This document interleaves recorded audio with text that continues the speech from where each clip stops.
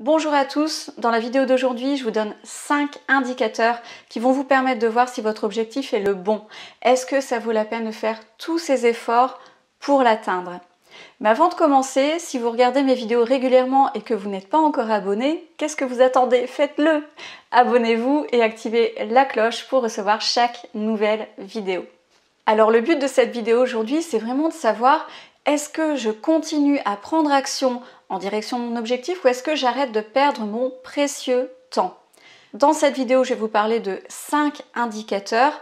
Il y en a plus, mais la vidéo serait beaucoup trop longue. Du coup, j'ai voulu m'attarder vraiment sur ceux qu'on a tendance à oublier. Premier indicateur, est-ce que cet objectif m'appartient? Est-ce que c'est réellement mon objectif? Pour ça, repensez au moment où vous avez décidé de travailler dessus. Remettez-vous vraiment en tête la situation exacte. Est-ce que c'est parce que quelqu'un vous l'a fortement suggéré ou est-ce que c'est vraiment une idée qui vous est venue spontanément, on va dire, qui a germé dans votre tête et puis un jour vous vous êtes dit « oui, j'ai vraiment envie d'essayer d'atteindre cet objectif-là ». Je vais vous donner un exemple. Il arrive souvent que certaines personnes décident de prendre soin de leur corps, par exemple, parce que leur partenaire leur a fait des remarques, des reproches. D'ailleurs, je trouve ça complètement horrible. Si ça vous arrive, quittez la personne d'ailleurs. Mais admettons, vous êtes une femme et votre mari ou votre amoureux vous dit tu devrais maigrir, tu es trop grosse. Dans ce cas-là, si vous décidez de suivre un régime, de faire du sport ou tout ce que vous voulez, que c'est uniquement par rapport à cette personne-là, alors là c'est pas du tout votre objectif en fait. Vous faites ça pour quelqu'un d'autre. Peut-être que ça peut le devenir si au final vous vous rendez compte que vous le voulez réellement pour vous, et que si cette personne-là n'était plus là, vous serez heureuse d'avoir atteint cet objectif, alors là ça va. Mais si vous le faites pour quelqu'un d'autre, ça ne peut pas fonctionner. Sur le long terme, ça ne fonctionnera pas, vous ne tiendrez pas. Deuxième indicateur, depuis combien de temps est-ce que vous avez cet objectif en tête? Moi par exemple, il y a des objectifs qui ne me quittent pas, vraiment j'y pense très régulièrement. Simplement à un moment donné, il faut donner la priorité à certains objectifs, parce que je pense qu'on ne peut pas travailler sur énormément d'objectifs en même temps.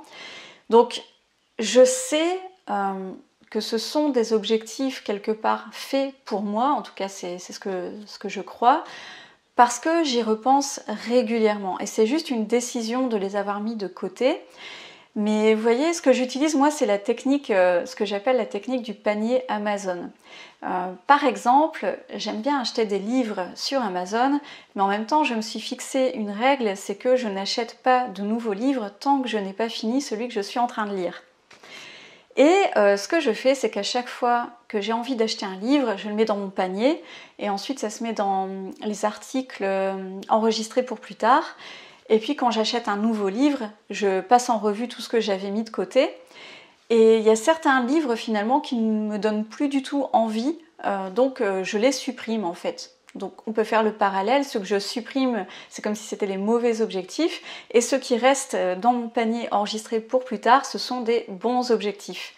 Donc vous pouvez utiliser cette technique-là. Si vous revenez toujours à cette idée, si ça ne vous quitte pas, si vous êtes en train de travailler sur un objectif, c'est difficile, mais vraiment vous avez cette envie au fond de vous très très forte de l'atteindre, alors c'est un signe que vous devez continuer à faire des efforts pour y arriver. C'est vraiment quelque chose qui vous tient à cœur depuis longtemps, donc résister et continuer à travailler dessus.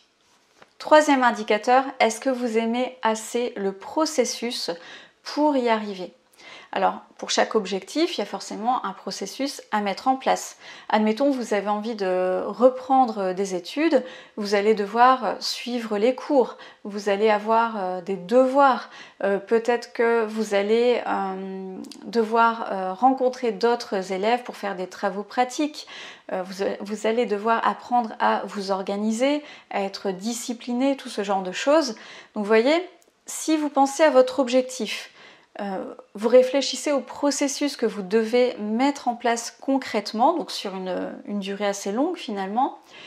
Est-ce que vous êtes prêt à apprendre à aimer ce processus? Est-ce que vous êtes prêt à le mettre en place? Parce qu'il va falloir tenir sur la longueur, donc vous avez intérêt à aimer le processus. Quatrième indicateur, quels sont les inconvénients de votre objectif? Quels sont les aspects négatifs que vous rencontrerez une fois votre objectif atteint? Je vais vous donner 2 exemples. Admettons, vous arrêtez de fumer.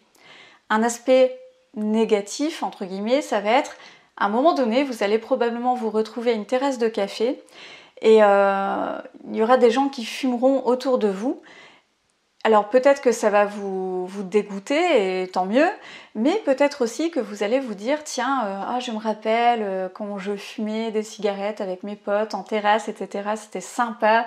Et alors, vous allez avoir des souvenirs comme ça positifs, et finalement, vous allez devoir vous dire non, je ne fume plus. Mais ce qu'il faut savoir, c'est que, et j'en sais quelque chose parce que j'ai arrêté en 2009, j'ai arrêté de fumer en 2009, si vous arrêtez de fumer, vous serez un ex-fumeur, vous ne serez jamais un non-fumeur. Donc quelque part, vous êtes imprégné de certains aspects positifs à fumer la cigarette, par exemple. Donc, il faut être conscient de ça. Deuxième exemple, admettons, vous avez envie de passer au niveau supérieur dans votre carrière, vous avez envie de postuler pour un poste à responsabilité. Alors, peut-être que cet objectif est bon pour vous au niveau évolution, au niveau financier, etc. Mais d'un autre côté, peut-être que vous allez devoir travailler plus. Alors c'est pas dit, mais renseignez-vous. Est-ce que c'est quelque chose qui risque d'arriver? Parce que voilà, il faut avoir conscience des aspects négatifs. Ne croyez surtout pas qu'il y a que du positif à atteindre vos objectifs. C'est pas du tout le cas, je sais on n'en parle pas souvent, mais il faut vraiment penser à ça. 5e indicateur, est-ce que vous êtes OK avec le fait que peut-être votre objectif va prendre beaucoup plus de temps que prévu? Il faut vraiment penser à ça parce qu'en général on a tendance à sous-estimer le temps que ça nous prendra, et si on ne veut pas assez atteindre cet objectif, on risque vraiment de s'essouffler. Donc pensez à cette question aussi.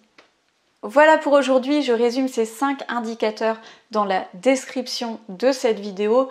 Bien sûr, il y en a plus, donc si vous avez des idées en tête qui pourraient aider les autres, n'hésitez pas à les mentionner dans la partie commentaires, ça pourrait vraiment aider les autres.